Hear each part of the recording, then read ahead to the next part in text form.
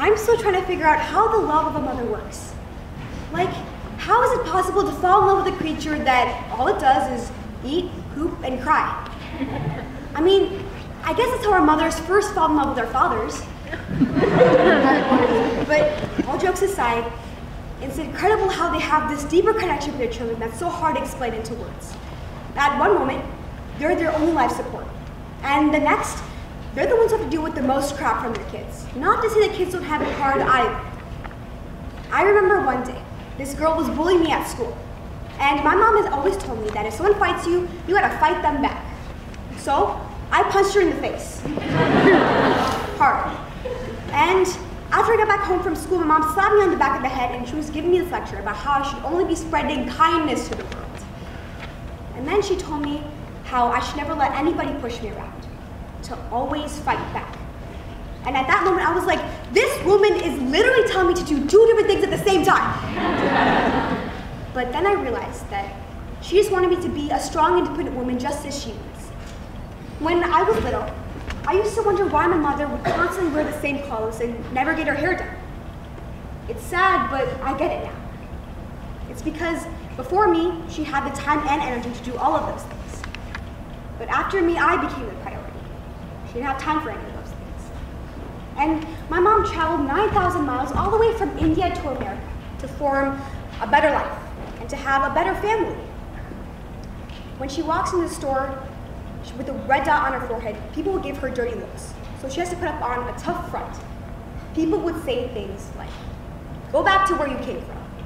Go and learn some proper English.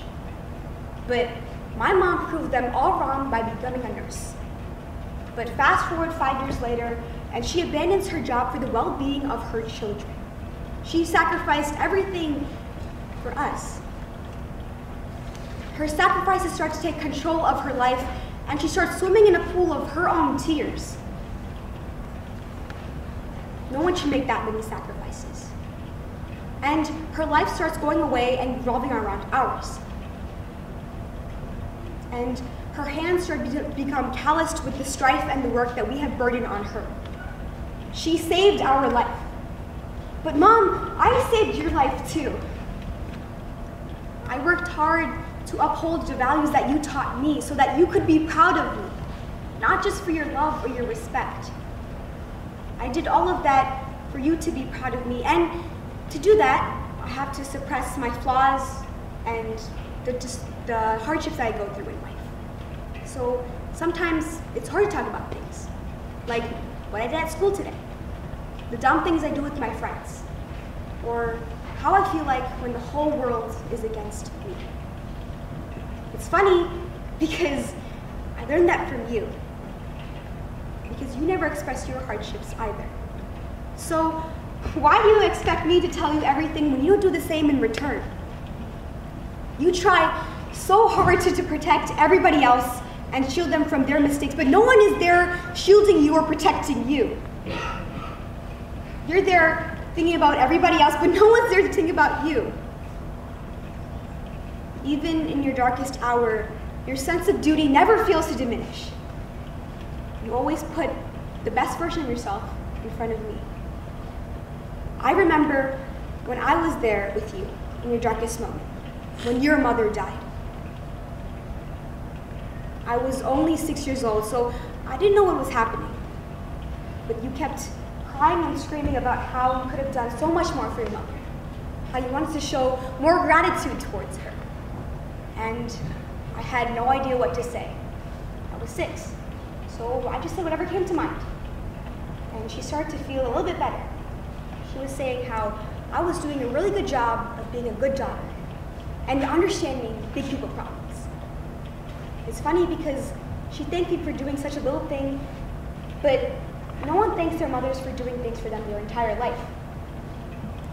I think that was the first time I saw my mother put herself in front of everybody else, to give in to her desires. Even in that moment, she still stood with her family and took care of us. Now, I never asked my mom what being a mother is like, but I can tell from her actions that being a mother isn't about giving birth, or throwing a birthday party, or nursing scratches or scrapes. Being a mother is about knowing a soul before you even see it. It's about giving sight to the eyes that sees nothing but mom. And love, it's not effortless or serene like it's shown in the movies. Love, at times, is drudgery. It's work, and sometimes love can be a chore.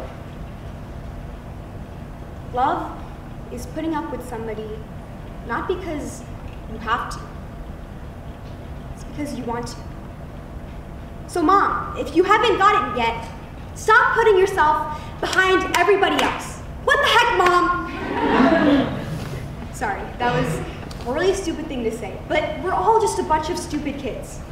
If it wasn't for our moms, we wouldn't be standing here.